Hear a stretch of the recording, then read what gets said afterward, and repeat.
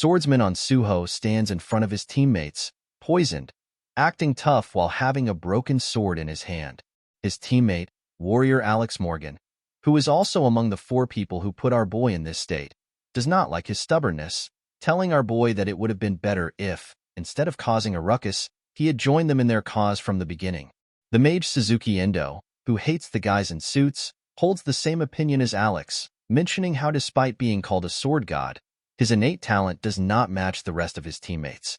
On Suho, on the other hand, Suho reminisces about the good days he spent with his teammates and how they overcame obstacles with everyone's help in their journey and how they worked together to defeat creatures like dragons. Suho asks his teammates the reason they are doing this to him even though they have been fighting together all this time, to which the healer Isabella responds that they did not have any other choice, for Suho is the only one opposing this operation. On Suho does not want to leave the disaster gates, the sole major source of the monsters, alone, telling his former teammates that they should be ashamed of this operation. Our boy mentions that they have already conquered 1 out of the 5 disaster gates, and if they conquer the remaining 4 disaster gates in the same manner, they would be able to save all of humanity. Suho believes that there is no difference between them and the monsters who put humanity in danger, to which the archer Hex Hood responds that they, at the very least, telling our boy that the hunters, who were once revered as heroes, would lose their place in an instant if all the gates were gone and people would only consider them as some thugs, which is something even Suho would not like, as he also does not want to become a target of fear. Hex Hood offers to let Suho live if he changes his mind and decides to join them in their propaganda. However, our boy finds it hilarious that Hex Hood is able to say something like that after stabbing him in the back. Our boy realizes that nothing can save him at this point because his whole body is poisoned by Suzuki's lethal venom and he is full of wounds that cannot be healed, which means our boy has 0 chance of surviving this situation. However, our boy thinks he should at least bring one of his former teammates along with him for the sake of the remaining humanity, as that would be the last duty he has to perform as a hero of humanity. Suho grabs his broken sword tightly and starts gathering his energy, which is more than enough to shock his former teammates. However, Suzuki tells them to not get scared as it is but a mere bluff, since there is no way Suho would be able to pull off something dangerous with his broken sword. Hex Hood, on the other hand, senses that something is different about Suho this time, and while he is thinking, Suho dashes through Alex and Suzuki while hurting them as much as he could to attack Isabella, who was standing beside Hex Hood, but because Hex Hood was able to sense it beforehand, he moves out of Suho's attack range, along with Isabella. Isabella is shocked to see Suzuki and Alex get hurt and starts healing Alex, only to realize she is not able to heal his wounds. Hex Hood, on the other hand, is glad that he was able to react to Suho's attack quickly, for if Hex Hood had been a bit late, both he and Isabella would have gotten hit. Hex Hood wonders how Suho was able to pass through Alex and Suzuki while hurting them with his broken sword, because at his current state, it would be difficult for Suho to breathe with the poison spreading throughout his body. Seeing Alex's current state and the way our boy attacked, Isabella concludes that Suho might have unlocked the intangible sword, which is something that Isabella has heard about from other hunters. Our boy, however, does not seem very happy even after unlocking the intangible sword, because at that very moment, our boy loses his consciousness and falls off the cliff. As Suho is falling, he receives various system messages congratulating Suho on reaching the realm of the divine sword unity and awakening the ultimate swordsmanship. Our boy is also able to master the formless sword, acquiring his first SS rank skill, and because our boy was the first person to ever reach the realm of the transcendent, the system grants him the opportunity to become even stronger and reboots the system of player on Suho. The scene then shifts to our boy who opens his eyes while lying down on a road, when suddenly a firefighter carries him up to take him to a safe place, making sure Suho is feeling bad since he is injured. The firefighter informs Suho that a precursory gate has appeared, which is why he is being taken to the safe zone. Our boy finds it strange that he is being carried by a firefighter, even though he was certain he died a moment ago. So he observes his surroundings, only to realize that he is in Syndrome Station, which got contaminated due to the gate outbreak as goblins took control over it. As he is wondering, an arrow comes straight towards Suho's way and hits the firefighter, which causes both of them to fall down. A bunch of goblins approach the injured Suho and the firefighter. The firefighter begs Suho to flee quickly, but Suho, despite being warned of the dangers of confronting the monsters, grabs the firefighter's axe and throws it at one of the goblins, which ends up eliminating one of them. As our boy is trying to figure out the situation, he receives the system messages, congratulating him on fulfilling the awakening conditions, which has allowed him to be awakened as a player. The system tells our boy to select the power he wishes to pursue, leading our boy to conclude that the scenario he is experiencing is exactly the same as when he was awakened as a player.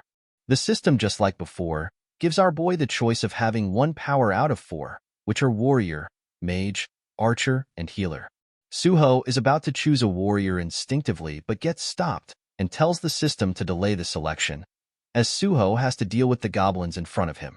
The firefighter shouts at Suho to make a run, but our boy assures the firefighter that he is able to handle these monsters alone, as they are just some goblins.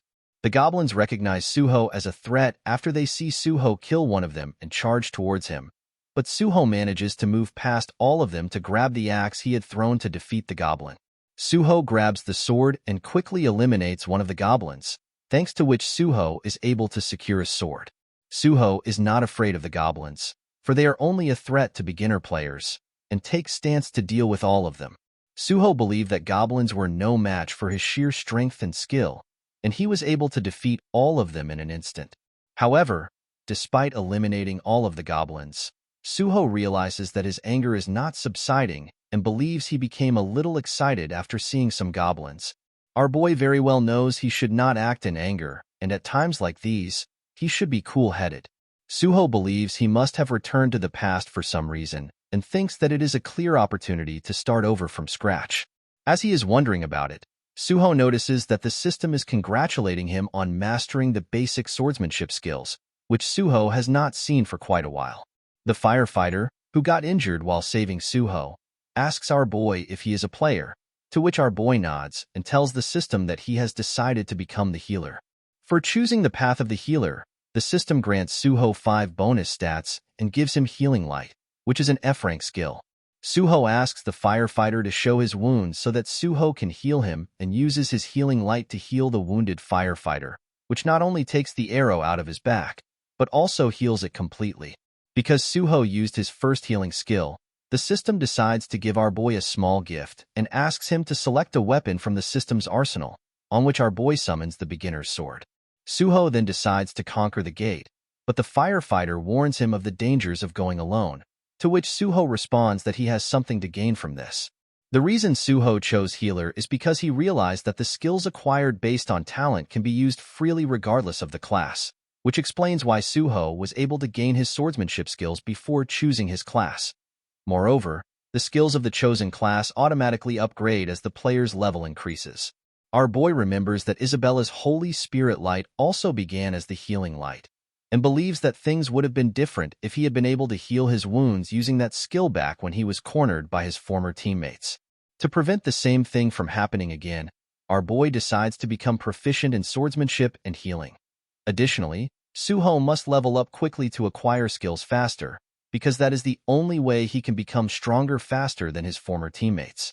Our boy remembers that Syndrome Station Gate is an unpredictable premonition gate, which almost sent our boy to death's door in his past life.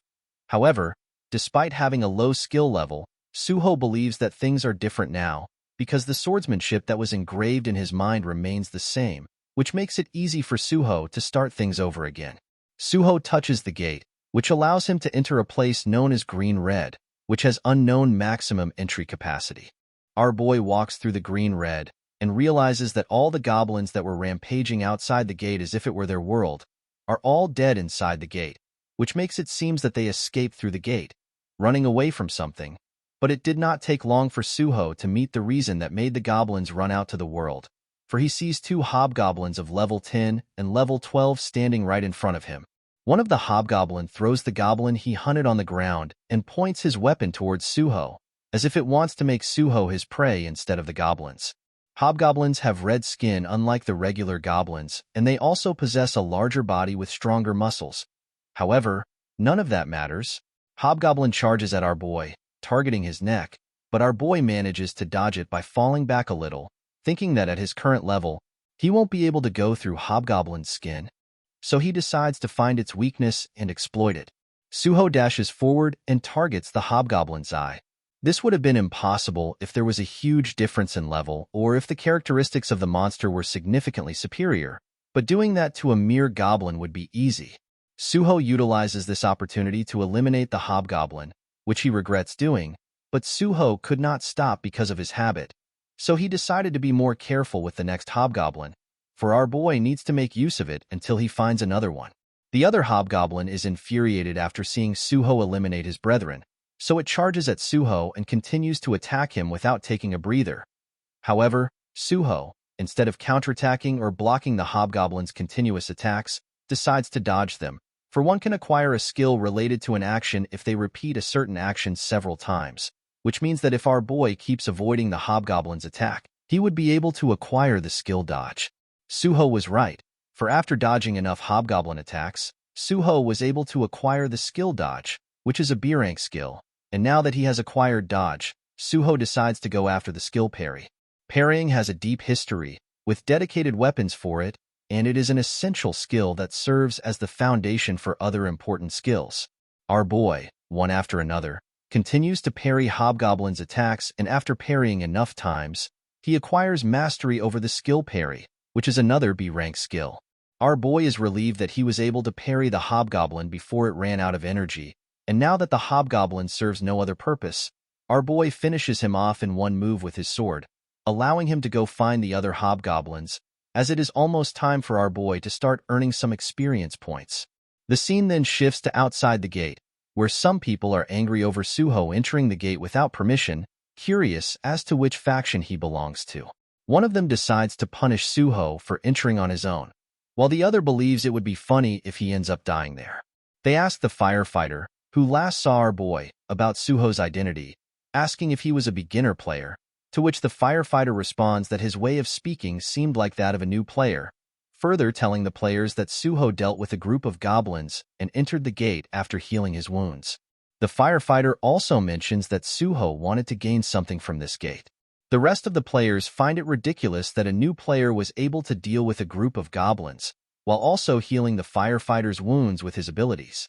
One of the players, who is wearing a suit, concludes that the gate they were about to raid does not seem difficult, for all the monsters that came out of it were goblins, but despite that, it is still too much for a mere healer to conquer a gate all by himself.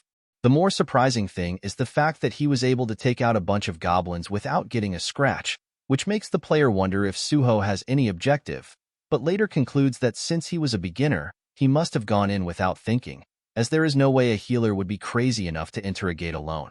However, the player believes it would be shocking if Suho really manages to clear the gate on his own. The player instructs his assistant to send a report as soon as there is a change in a gate or if anyone exits the gate, thinking that if Suho clears the gate on his own, they will have to convince him to join their team. The scene then shifts to Suho, who is earning lots of experience points by eliminating one hobgoblin after another. However, after defeating a bunch of them, our boy deliberately lets go of one of the hobgoblins, who is scared for his life after losing his weapon, so that he can bring its friends back to our boy. The hobgoblin lets out a loud scream and flees from Suho as far as it can, while Suho wishes the hobgoblin would bring back many of its friends. After scaring the hobgoblin, our boy decides to manage his stats while he waits for another group of hobgoblins to come.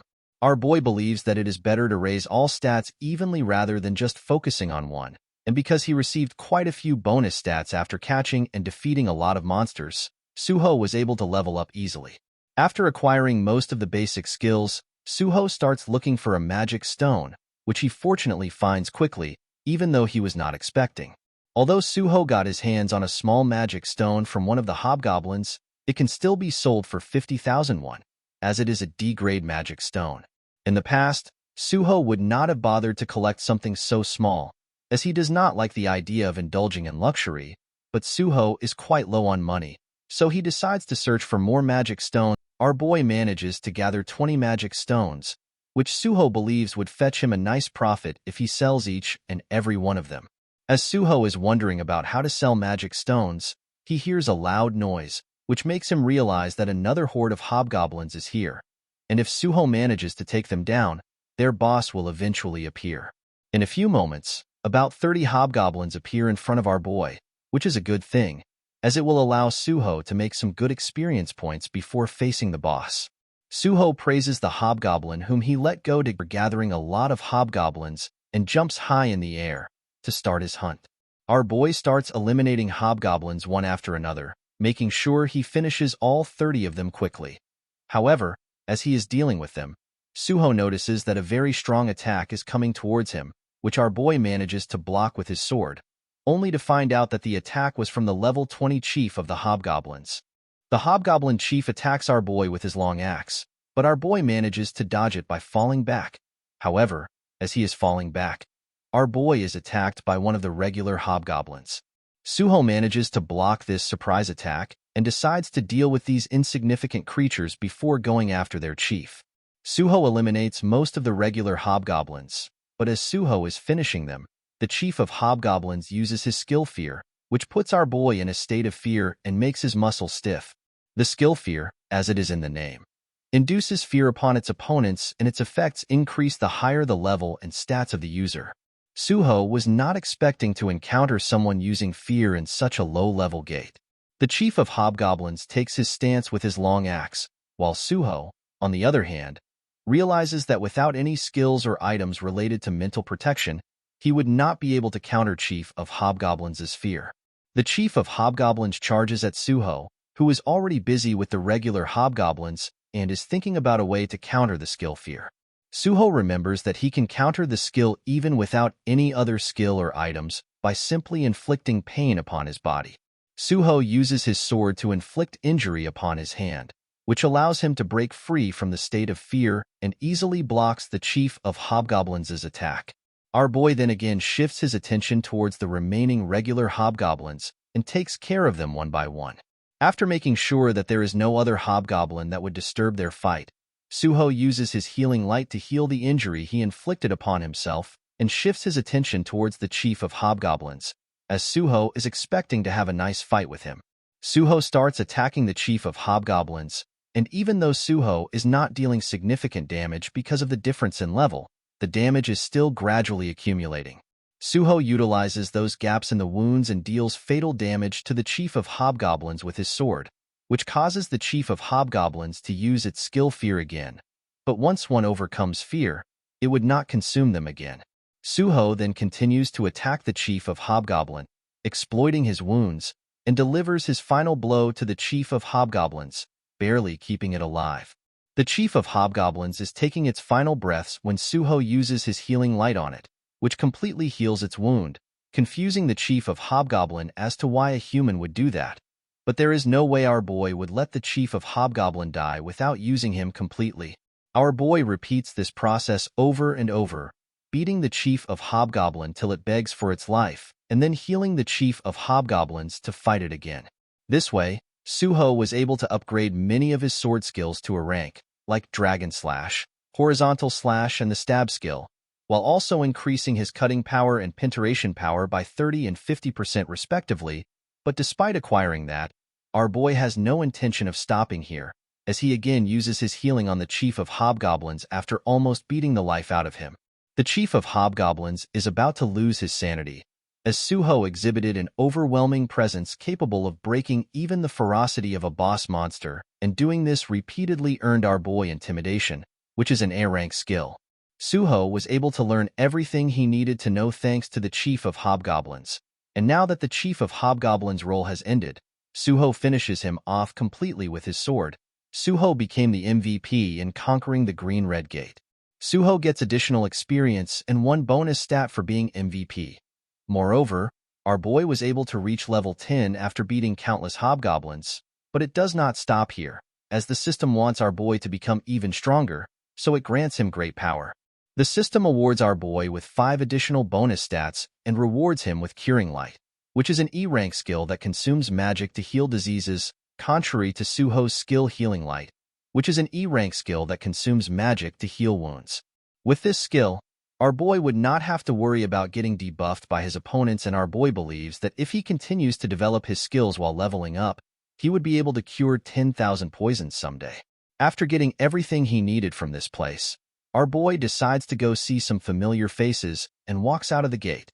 Players who are standing outside the gate get surprised after noticing that the gate is shaking, because it means that the gate was conquered, but they get shocked when they see only one person walking out of the gate. Players are amazed to see that a single player was able to conquer a gate, which makes them want to hire Suho at any cost. So they try to introduce themselves to Suho, but our boy does not bother interacting with them and quickly jumps down to meet Young Cholman, the team leader of the South Korean Hunter Association, which surprises Young Cholman because he has no idea who Suho is at all. The scene then shifts to the office of the South Korean Hunter Association, where Suho is sitting with Young Cholman in his office, and the reason our boy came here is to get a hunter's license, which made Young Cholman wonder if Suho was talking about license renewal. But now that Cholman has looked at Suho's information, he realizes that Suho is an unregistered hunter. Cholman notices that Suho is a newly awakened player who is a healer, a class that is the weakest among the 4 class categories, but that healer was able to conquer the green-red gate all by himself. However, what surprises Cholman are the results, which show that Suho is more like a warrior than a healer. Suho notices the confused expression on Cholman's face and asks if something is wrong, to which Cholman shakes his head. Cholman asks Suho what he is studying at the moment, to which Suho responds that he is a college dropout. Cholman asks Suho if the reason he dropped out was because of him being unemployed and not being able to afford college fees. Suho says that he dropped out due to poor scores, leading Cholman to believe that Suho was a medical student. However, Suho informs Cholman that he was majoring in physical education, which surprises Cholman slightly. Cholman then asks Suho why he chose the healer class when most people choose to be warriors or archers, to which Suho responds that he hates getting hurt, which Cholman finds quite unusual. However, he does not press the issue and instead asks our boy to explain the entire process by which he was able to conquer the gate alone. Suho responds that he did not do anything special and defeated the hobgoblin he met upon entering the gate so that he can survive. Cholman does not believe Suho's word, so Suho takes out all the magic stones he gathered from the hobgoblins and their chief, shocking Cholman. Suho has no idea how much a magic crystal is worth, so he hands them over to Cholman, who, surprised by the number of magic stones, assures our boy that they will be processed as soon as possible. Cholman grabs one of the magic stones given to him by Suho and asks our boy if he really wants to be a hunter, to which our boy responds that he decided to become one the moment he awakened as a player. Cholman impulsively praises Suho for his decision and later realizes that he should not have. So he asks Suho about the reason behind his decision.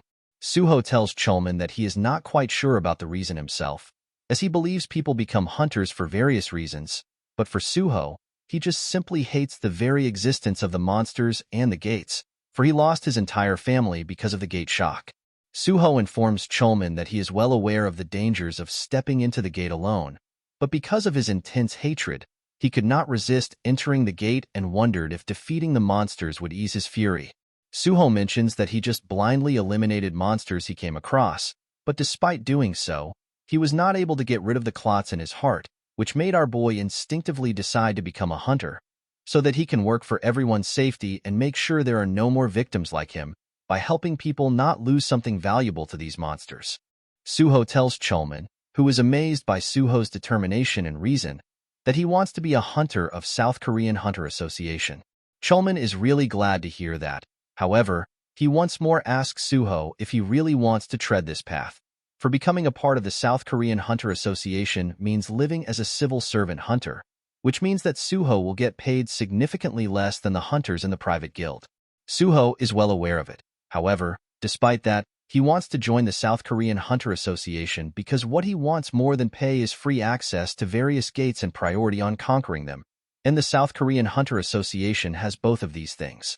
Our boy also wants to impose strict punishment for player crimes by doing fieldwork, which he would like if it is in gate conquests.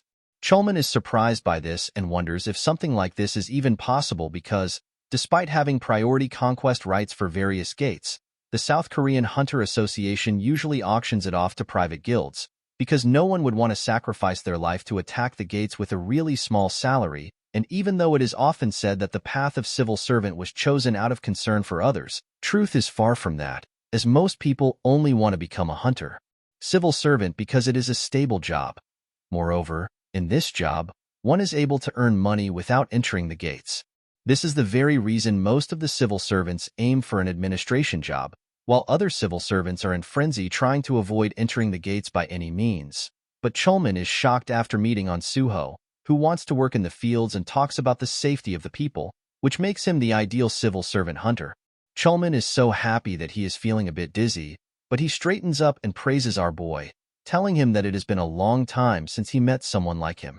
Chulman informs Suho that he will finish filling the documents and other identification, after which Suho needs to complete the aptitude test, a written exam, and a practical exam, after which he would be able to take the hunter exam. Our boy likes how things are going so far, but he gets shocked when Chulman informs him that the registration for this year's exam has already closed and tomorrow is the exam day. However, Suho's face instantly glooms when Chulman assures him to register him additionally. Our boy asks if it would be all right, to which Chulman responds that this is one of the existing rules, so there is no problem in it, and since Suho conquered the gate alone, he can report that to the higher-ups to get approval. Even though our boy has been recommended by Chulman because of his excellent talent, Chulman believes that it would be hard for him to prepare for both written and practical exams in just one day, and although Suho would have no problem in a physical exam because of his outstanding performance in the fields, the written test would be a bit difficult for him. However, our boy still asks Chulman to register him, for he believes it is a good idea to take the exam once for experience if one has a chance, and since it is just a test, our boy can take it again in case he fails. Suho then asks Chulman if he would be taking the test all at once tomorrow, to which Chulman, who is amazed at Suho's bravery, responds that he can check his aptitude test result today. Suho thanks Chulman for the information and asks if Chulman can handle the magic crystal right now, for he does not have enough money for registration fees, to which Chulman responds that he will take care of it while checking Suho's aptitude test. Suho gazes at Chulman and is glad that Chulman is still the only person he can trust. After some time, Suho is done with all the aptitude tests while Chulman, on the other hand, has deposited all the money Suho earned from the magic stones, and he tells our boy to have a look at it. Our boy is surprised to find out that he has earned 3 million won from the magic stones, on which Chulman embarrassingly tells Suho that as a civil servant hunter, Chulman receives complete tax exemption benefits, especially for magic crystals. Our boy is amazed by this perk and asks team leader Young Chulman if he can prepare for the exam at the South Korean Hunter Association Library, which contains workbooks and reference books related to tomorrow's test, as he desperately wants to cram for it. Chulman is glad to see Suho's enthusiasm to do well on the test, and tells our boy that he is allowed to use the library. Chulman then takes Suho to the library, telling him that one does not need an employee card to leave, so Suho can study as much as he wants. Chulman then wishes Suho the best of luck on his test tomorrow and prepares to go to his home. Suho is glad to see that Chulman has not changed a bit, as he was always a kind and trustworthy brother, who, because of his trustworthiness, later became the president of the association in the future. It was hard for Suho to pretend that he knew nothing, but he had to do it, even though it felt like he was treating Chulman, because if he did not, then Chulman would have gotten suspicious.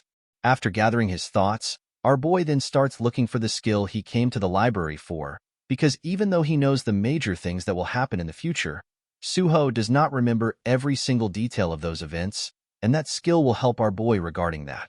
Suho comes across a big book that looks different than the rest of the books, but our boy remembers when he tried to get information from this book in his past. This book itself informed him that it is from another world. Our boy also remembers the certain way through which one is able to use this book and puts the books upside down on his head after opening it. However, despite keeping it above his head like nothing happens, which confuses Suho, but as he is wondering, Suho sees a system message, informing him that the Library of Memories is inviting because it is interested in Suho's story. A bright pink light shines from the pages of the book, after which our boy instantly gets sent to a very huge library. The Library of Memories is a library that makes one remember everything they once saw or heard, no matter if it is a painful or distressing memory. The human mind is able to keep itself safe from these memories thanks to the mechanism of forgetting, but the moment one obtains the Library of Memories, they fall under the curse of memory. The original holder of this skill was the Hexagon's guild manager, who was also a former employee of the South Korean Hunter Association. The guild manager, while studying in the library and preparing for a job change, used this book as a pillow to sleep because she found sleeping face down to be uncomfortable. People believe she was lucky enough to acquire this skill, and because our boy got this information from her, he decides to buy her a meal when she sees her next time. The system asks Suho if he would like to donate his story to the Library of Memories. With the help of the overwhelming provided by this skill, Suho believes he would be able to restore all of his memories, which fade and get edited as the time passes. But with this skill, our boy would be able to capture everything accurately, along with the often overlooked details. So Suho decides to donate his story to the Library of Memories. The Library of Memories accepts Suho's story and begins to access and document Suho's memories, due to which Suho is covered by many runic letters and dozens of books. After a few moments, Suho obtains the Library of Memories, an A-rank skill that stores all memories the player has seen and heard in the library, allowing the user to access them at any time. Moreover, the Library of Memories also recommends necessary information to the user when required. Suho feels that the recording process was quite strange, which makes him wonder if it was because of the illusionary space. However, he decides not to worry about it and tests his skill to see his last moments once again. The Library of the Memories takes our boy to that exact moment when he was surrounded by his former teammates, and it is so accurate that our boy can also feel the emotions he felt at that time when he saw the faces of the selfish traitors who prevented the end of the gate because of their greed. Our boy regrets choosing this unpleasant memory and believes he should have chosen something else. However, as he recalls the moment he fell off the cliff, he notices the system messages from that time, which surprises him because he never expected the system to send him back. Suho remembers reaching the state of unity of the Divine Sword, and he acquired the first SS grade skill. However, Suho never expected that the system would give him another opportunity just because he was the first one to reach the state of the Transcendent. Our boy has never heard of something like this before and realizes that him coming back to the past was not a coincidence, rather a reward from the system. The scene then shifts to Suho, who has left the library in a taxi to meet someone. Suho gets out of the taxi, thinking that he should not worry about the reason he came to the past. Rather, Suho should think about what he should do now that he has returned to the past, because using his past memories, our boy not only can prevent what happened to him, but can also stop the initial suppression of the unpredictable gates, which later caused enormous casualties. Utilizing this opportunity, our boy believes he can conquer the gates much faster than he did in his past life. So Suho cannot afford to waste any of his precious time, which is why he is standing in front of Nexus, the largest private hunter academy in the whole country. The reason Suho is here is because he needs a lot of money for the future, and he believes he can make that money in this academy. As our boy enters the Nexus Academy, he is greeted by the receptionist, who asks Suho's purpose for coming here, to which our boy responds that he wants to meet Director Kim Sui. The receptionist, confused, asks Suho if he has scheduled a separate appointment, to which Suho shakes his head, telling the receptionist that he just came by because he has something to discuss with her. The receptionist tells Suho that it would not be possible for him to meet Kim Sui like this, because to talk to her, Suho must have scheduled the meeting in advance. Suho, realizing that the receptionist would not let him pass by, tells her to inform Kim Sui that Tae Solo Conqueror of the Syndrome Station Pre-Catastrophe Gate is here to meet her. Suho is immediately shown the way to the director's office, where he is greeted by Kim Sui, who is the director of Nexus Academy.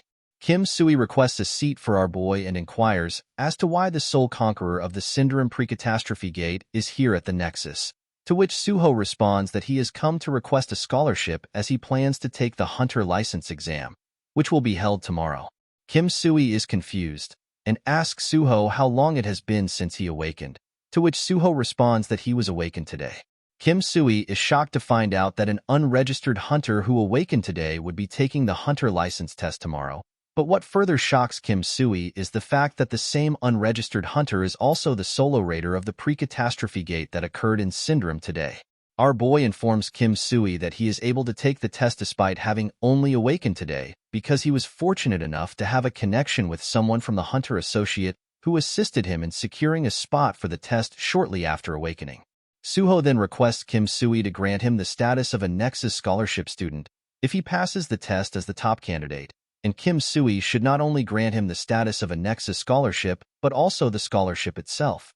Our boy knows how hard it is for a complete rookie to come at the top, But since Suho, in a way, is an experienced newbie who has conquered countless gates, it would be easy for him. Kim Sui, however, acknowledges Suho's skill as a hunter, for he single-handedly conquered an unprecedented gate. But the hunter test is a different matter altogether, for it has an average passing rate of less than 20%. Seeing Kim Sui unconvinced, our boy suggests she disregard him and null the scholarship payment in case he does not come first. Kim Sui, seeing Suho going this far to join Nexus, asks him the reason for joining their organization, despite there being Hexagon and Prime, to which our boy responds that he chose Nexus because it is in the most regrettable situation.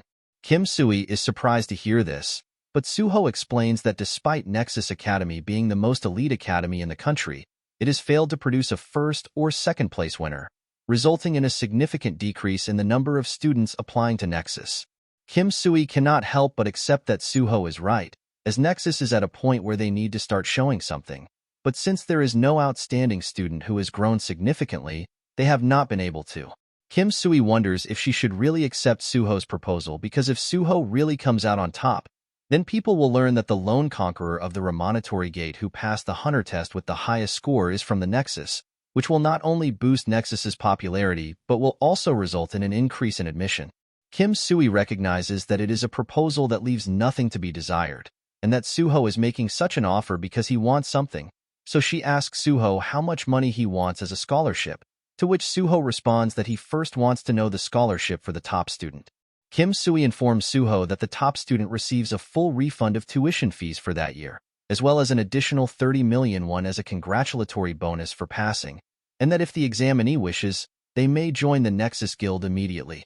Suho is amazed by such a handsome scholarship, but Kim Sui knows Suho wants more, so she asks him how much he wants his scholarship to be, to which our boy responds that $300 million would be nice, which is a reasonable amount given the additional benefits that come with passing as the top student and the size of the academy. Kim Sui is irritated that she cannot object to what our boy is saying because he is simply stating facts, so she accepts Suho's offer and promises to pay him 300 million won for passing the test as the top student, allowing our boy to look around the institute while she prepares the contract. The scene then shifts to Suho, who is looking around the Nexus Academy with one of the workers. He cannot help but be amazed at the sheer area of this academy, which even seems larger than an amusement park, and he believes that he would not lack anything once he enrolls in Nexus. Suho looks at the worker who is guiding him and feels bad for him because it appears that they woke the poor guy up while he was sleeping to show him around the academy. Suho apologizes to the worker for being a burden at this hour, to which the worker responds that it is the least he can do for an important guest. As he is walking, Suho notices that there is someone on the playground and asks the worker if he is a student, for Suho is not able to see clearly from afar. The worker responds that the boy in front of them is the most dedicated student of the academy, who trains at this hour regularly. The worker instructs the student, who goes by the name Daehan, to take care of his body, as it is as crucial as practicing. However, Daehan refuses to listen to him, telling the worker that he needs to work harder than the rest of the students, for he is a third-year student. Our boy remembers Daehan, as he was the top tanker in the whole country and Suho had formed a few raid parties in his previous life with this guy. Our boy remembers how great Daehan's mental strength and defense were, although it was quite unfortunate that the position of pure tankers weakened over time. Our boy notices that Daehan is holding an axe instead of a shield, which makes him conclude that Daehan has not found his true aptitude yet, which is perfect for our boy, for he can lay some groundwork in advance so that he can build a connection with Daehan, who will join Nexus, and bring Daehan into the Great Hunter Association in this life. The worker introduces both of them to each other, after which our boy asks Daehan if he is planning on using a battle axe as his main weapon, to which Daehan nods. Suho immediately asks Daehan why he chose the battle axe as his main weapon, to which Daehan goes silent for a moment before informing Suho that he wants to be a melee user and was advised to use the battle axe by Nexus Academy's consultors. The consultors told Daehan that such weapons need to be suited to one's physique from the start to handle them, and the worker also believes it is a good choice, since nothing can match the battle axe when it comes to the destructive power. Suho asks Daehan if he has only been using the battle axe since then, to which Daehan nods, explaining that he chose not to try out different weapons because he is a slow learner, and considering how it took him 2 years to become proficient with the battle axe, Daehan believes that trying out different weapons would take him too long. Daehan mentions that despite practicing with the battle axe for 2 whole years, he is not very good at handling it. Suho knows that it is because the battle axe does not fit Daehan's aptitude, but chooses not to say it out loud. Our boy is shocked and wonders if it is Daehan's perseverance or stubbornness, because he should have, at the very least, tried to switch weapons if his proficiency with the battle axe was not improving from the start. Daehan, confused to see Suho's expression, asks if there is any problem with that. Suho concludes that the largest academy in the country is surprisingly lax and responds that he is thinking of something different, instructing him to use a weapon that he is comfortable handling, because all players will receive stat adjustments later on, through which one can quickly increase their skill proficiency with the skill correction effect, while few other things depend on personal knowledge and experience. Suho tells Daehan that if they keep that in mind, then the battle axe does not suit him, because the fact that it took Daehan 2 whole years to become proficient at it indicates that Daehan and the battle axe do not synergize well. Daehan looks as if the sky fell on him, while Suho explains that despite the battle axe having high instantaneous destructive power, the gap that occurs after an attack is too long, and if there are no countermeasures to prepare for that interval, one would get counterattacked. However, Suho mentions that Daehan would do well as a tanker, as his size is too large to be protected by a tank. Daehan knows that Suho's explanation makes a lot of sense. However, he is hesitating to let go of the battle axe he has been using for a whole 2 years. Suho mentions that if Daehan can bother handling a weapon that does not suit him for 3 years, it only means that Kang Daehan's aptitude is actually closer to that of a tank. Our boy assures Daehan that if he wears a kite shield on his left arm, while holding a one-handed bludgeon in his right hand, then his practical scores will significantly improve as compared to now. Daehan is reluctant to change to tank because the test is tomorrow and he believes it would be difficult for him to change positions at the very last moment, while Suho, on the other hand, also has no intention of backing down. So he tells Daehan that while everyone believes the mage to be the core of the party, it is actually the tank who goes aggressive, while protecting the mage and healer, allowing the party to function properly. Because of that, Suho mentions that it would be better for Daehan to wield a shield, so that he can use crowd control in various ways. However, a tank should also wield at least one primary weapon besides a shield, which allows him to conduct crowd control effectively. After that long explanation, Daehan is finally convinced, without being discouraged, which our boy believes is a good thing, and is glad that Daehan is quick to make rational decisions. Daehan thanks Suho for the advice, while Suho ends this talk by wishing good luck to the new tanker. The worker, who was with our boy, tells him he was asked by the director to show their guest a tour of the academy, but after seeing Suho had a solid understanding of contracts and advice, the worker asks our boy if he is here as an instructor, to which he says he is more like a stakeholder, realizing he should not have said that much as it would be suspicious for someone without a license to have this much knowledge of things related to the hunters. To change the topic of the talk, Suho asks the worker whether his contract is ready, given that they have been here for quite some time, to which the worker responds that he just received a call about it, so they should now return to the director's office. The scene then shifts to the next day, where the examinees have gathered in the area in front of the South Korea Hunter Association with their swords to obtain their hunter's license. Every examinee has honed their skills for this day and is in peak condition, whereas the man of the hour on Suho, who conquered the gate alone, is in his worst condition due to exhaustion from wandering around too much last night. Before conducting the exam, South Korean Hunter Association does a drug test of each examinee one by one, which Suho believes is useless, as even though it is done because of possible doping, people who dope themselves usually do not consume drugs but rather skill buff. Suho notices that the test taker in front of him is at most level 5, but the magic wavelength that our boy is sensing from him would not come from someone at level 5, and Suho notices that it is not just that test taker, but rather, quite a few people have been buffed. Suho's sense of distinguishing magic gets much more sensitive as compared to others, because of which our boy is able to acquire magic detection, which is a B rank skill, and makes it easy for Suho to distinguish the magic wavelength. Suho notices that the examinees are in a mess as there are many cheaters in this test, even though the issue of doping abuse of buff skills has not surfaced yet, which is something that should get sorted out, and Suho plans to do it with Jung Chulman's help, who is one of the few clean guys in this examination hall. The scene then shifts to examinees, who have just finished taking their written test, which most of them believe was hard, to the point that they are sure they would not pass. However, For our boy, it was a piece of cake, all thanks to the library of memories, although Suho feels like he unintentionally became a cheater. As Suho is standing waiting for the physical tests, he is greeted by team leader Young Cholman, who wants to know how our boy did on his test, to which Suho confidently responds that he can pass it. Cholman, who came here to assist the examiners since the association is always short on staff, is impressed at Suho's confidence, even though this was the hardest written test ever. However, Suho mentions that he was somehow able to solve it. Suho wants to ask something from Cholman, which is something Cholman does not mind as long as it is not related to the test.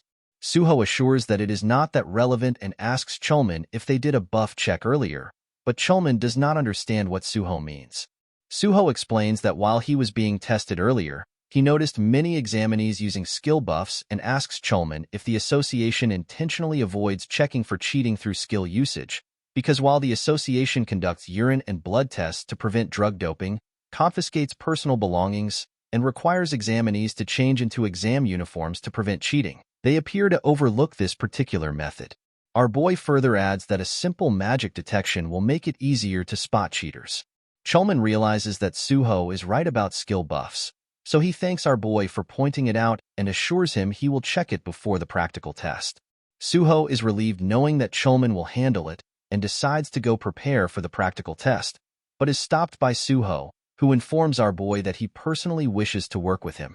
Cholman tells Suho that he wishes for him to get a good score on the practical test and wishes him the best of luck.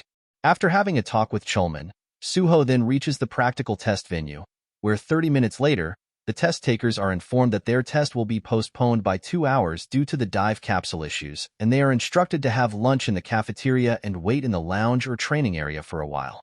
The examinees are wondering if the dive capsule is broken, while Suho, on the other hand, cannot help but be amazed at how fast Cholman takes action, because Suho knows that the capsule issue is just an excuse and Cholman is actually using that excuse to take measures against the skill buff. Cholman recalls that with 1,200 candidates in this test, the passing rate was less than 10%, but if the association can identify the cheaters, it will drop to 7%, which is bad news. However, the good news is that those who pass this exam will be pure top-tier talents, which reminds our boy that he should keep an eye out for anyone useful among them. As Suho is looking for the promising candidates, he hears a heated argument between two players at one part of the practical test venue. Suho realizes that one of the examinees is Park Young, who asks the other examinee for a spar, but gets rejected, after which Park Young taunts the examinee, upon which the examinee gets infuriated at him, but instead of fighting, he tells Park Young to get lost. However, Park Young has no intention of backing down, so he attacks the examinee first, knowing that the examinee would definitely defend himself, which would eventually lead to a fight. Park Young swings his sword at the examinee. However, Suho jumps in at the right time and blocks Park Young's attack. The examinee is furious with Park Young and wonders if he has completely lost his mind, but eventually calms down after Suho assures him that he will take care of the problem. The examinee asks Suho if he is an officer, to which our boy replies that he is a fellow test taker like them, and tells the examinee to leave Park Young to him, as nothing good will come from getting involved with that guy. The examinee, still annoyed, eventually decides to not get further involved in this situation and leaves both of his fellow test takers alone. Park Young, irritated by our boy, asks him why he interfered, to which Suho introduces himself, asking Park Young if he wants Suho as his sparring partner, since Park Young was also looking for one. However, Park Young refuses to spar Suho because he appears weak, telling Suho not to get arrogant just because he was able to stop his attack by luck, and telling our boy to get lost. Suho provokes Park Young to accept his challenge by calling him weak, which enrages Park Young. However, our boy does not stop and hits the iron while it is hot, telling Park Young that they can determine whether Suho's earlier block was luck or not, which they would not be able to do if Park Young flees the challenge like a scaredy cat. Suho gets successful at provoking Park Young, for Park Young decides to accept Suho's challenge, telling our boy that he was bored of being surrounded by cowardly idiots. Suho, glad that Park Young accepted his challenge, suggests that they should first get the supervisor's approval, after which they can have a sparring match in the sparring arena, without any problems. The scene then shifts to the sparring arena, where our boy and Park Young have decided to have their sparring match, under the supervisor's care, in front of their fellow test-takers, who are annoyed to see how there are people who do not hold back from causing such a scene and fighting on a day like this. Most of the test-takers believe that both Suho and Park Young are just attention seekers who think that they are someone special after gaining abilities and becoming players. The supervisor lays out the rules for the fight, mentioning that only training weapons that are provided by the association would be allowed in this sparring match. The supervisor also states that because it is a sparring match, he is required to stop it if things become too heated. After making sure he has explained the rules, the supervisor gives them the signal to start the match. Park Young, making sure to catch our boy by surprise, charges at him with his sword as soon as the supervisor hand comes down. However, Suho was quick enough to block his attack with his sword.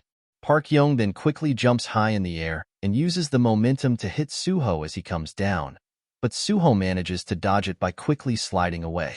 Park Young gets irritated to see Suho dodge his attack one after another, so he tries to attack him by swinging his sword upward. However, before Park Young is able to do so, Suho stops his attack with his foot. Suho tries to again taunt Park Young, telling him that he is a completely weak person, and he was not expecting the match to be this easy.